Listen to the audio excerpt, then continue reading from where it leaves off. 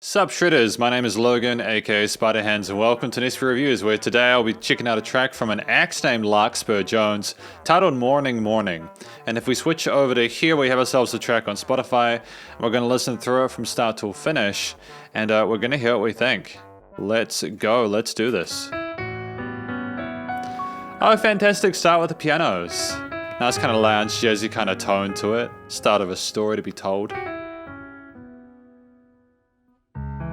Nice vibrato feel there. Let me wash up on the shore. I used to have the strangest dreams, but they don't come here anymore. I like the tension that's created by the relative major or minor, not parallel major or minor chord, the extension there, and that like fourth chord of that 5-chord progression there, the tail end, alongside the way that Larkspur Jones rises in that part. Yeah, it's very dramatic, but not over the top. Great use of backing vocals for development. There is a sub-layer. Indentations in my pillow, I hope won't fade with that. And a major lift. Oh, you're going back to the sadness.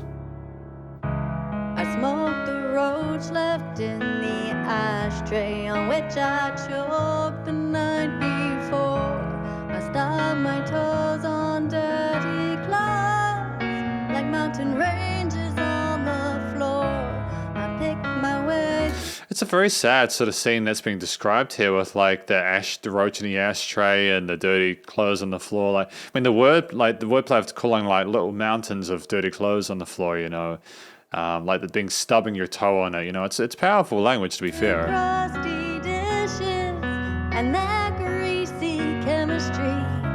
I washed 2 cups and then remember that you've left already. Okay, so I kind of like the fact that we came to the conclusion and kind of understood what the track is about, and then the piano kind of danced around a little bit and sort of had a little bit more articulation by itself. I think it was a smart idea there. As if we got to the bottom of it. A lot of symbolism in this track. I kind of dig it. I let you go so reluctantly, and I can still hear your lazy symphony. Okay, so we're in a head voice here. Sounds reasonably comfortable. Lots of variation with the vocal melodies, eh? Like, I like the fact that we're comfortable with our music theory and composition and understand the sort of scales and different stuff we can do. Just when I think I found my calling, it's another morning. Oh, nice use of double tracking there. In the details, I'm gonna blind my eyes instead. I put my memories in a landscape where only reckless angels tread. A little bit of vibrato and some legato passages there, bit of finesse with the performance there. That's nice. Fingerprints you left lie, secret coat upon my skin. And I remember when you told me gilded crown won't make a king. I really want you to stay. I know you've got to go. Really want you to stay. And a new section. Conversation flow. Really want you to stay. Sometimes it doesn't show. Really want you to stay. I know you've got to go. I do like the reverb, sort of the airiness to the vocal track itself from a production perspective. I think that it does sound like she's alone in a cold, empty house. I want you to stay. Bit of warmth from the piano though, which is nice. You've got to go. Nice little roll of the broken chord arpeggiated piano parts there. Yeah, lots of variety from like a performance instrumental perspective. I let you go. You know, like, because when we've got one instrument, if you only have the instrument sort of repeating the same thing, it can become a little bit monotonous. But we have lots of range here from a compositional perspective here with the different sort of progressions and bass lines and stuff we do. And I can still hear your lazy symphony.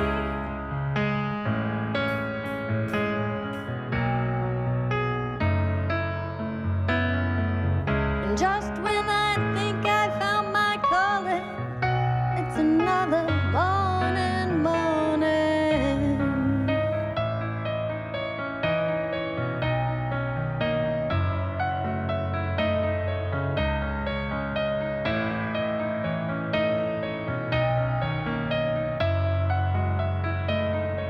I like the fact that we've just, have the Mourning Morning, the title of the track, and then we're just going with these pedal notes, these octaves on the piano. It's just great. It's great use of space here. It's nice having moments where we don't have more storytelling, just to be able to appreciate the backing, the accompaniment. It's awesome.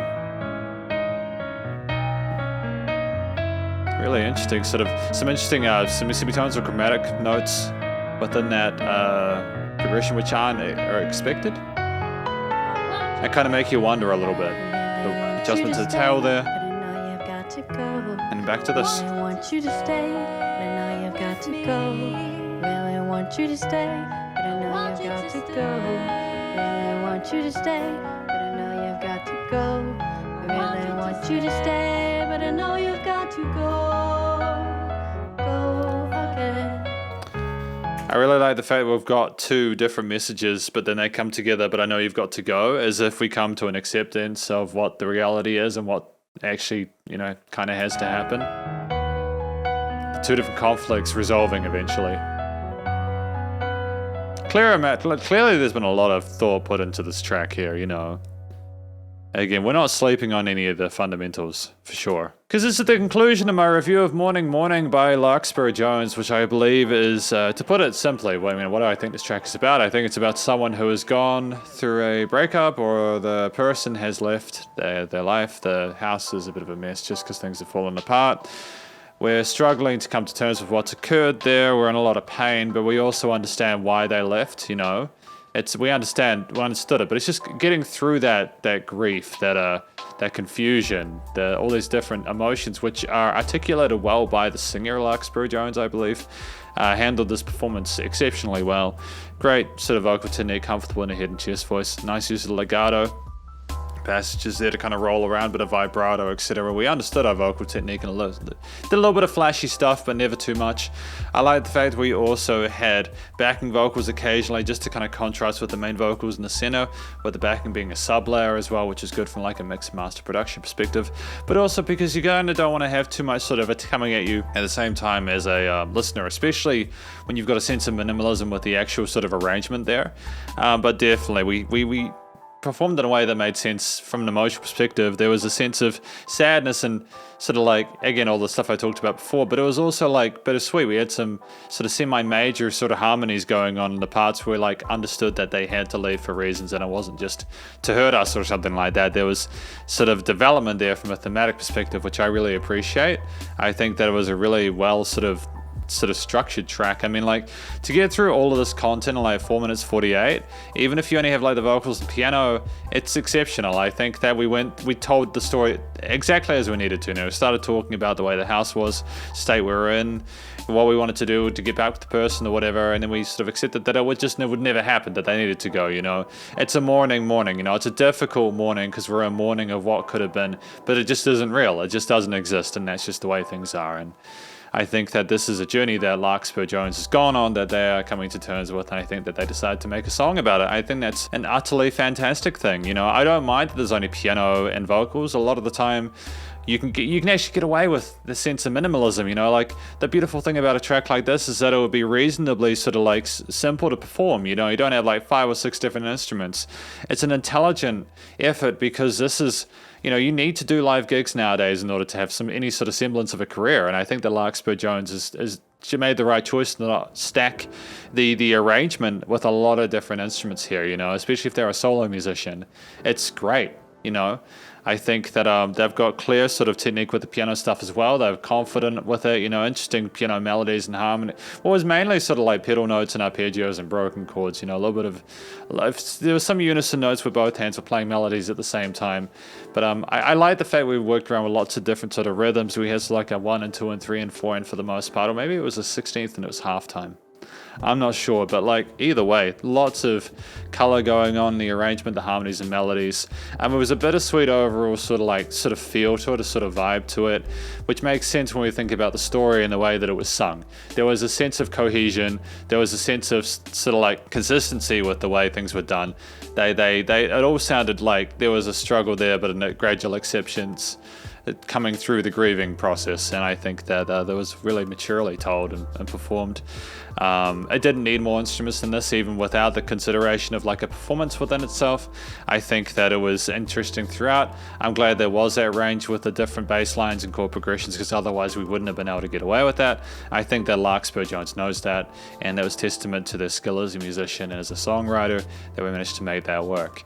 The production, the recording, mixing, and mastering was handled adeptly.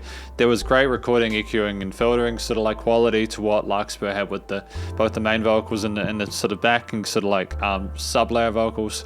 The piano as well was nice and wide in stereo field, as long as a bit of stereo widening on the backing vocals. So the track sounded nice and wide in the stereo field. There weren't any weird resonances in the frequency spectrum as well. Things were notched nicely.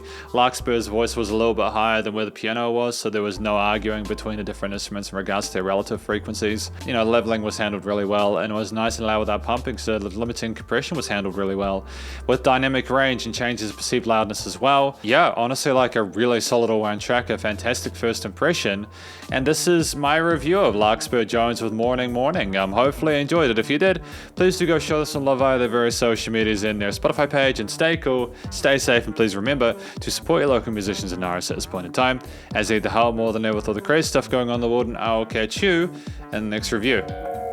Spiderhands out.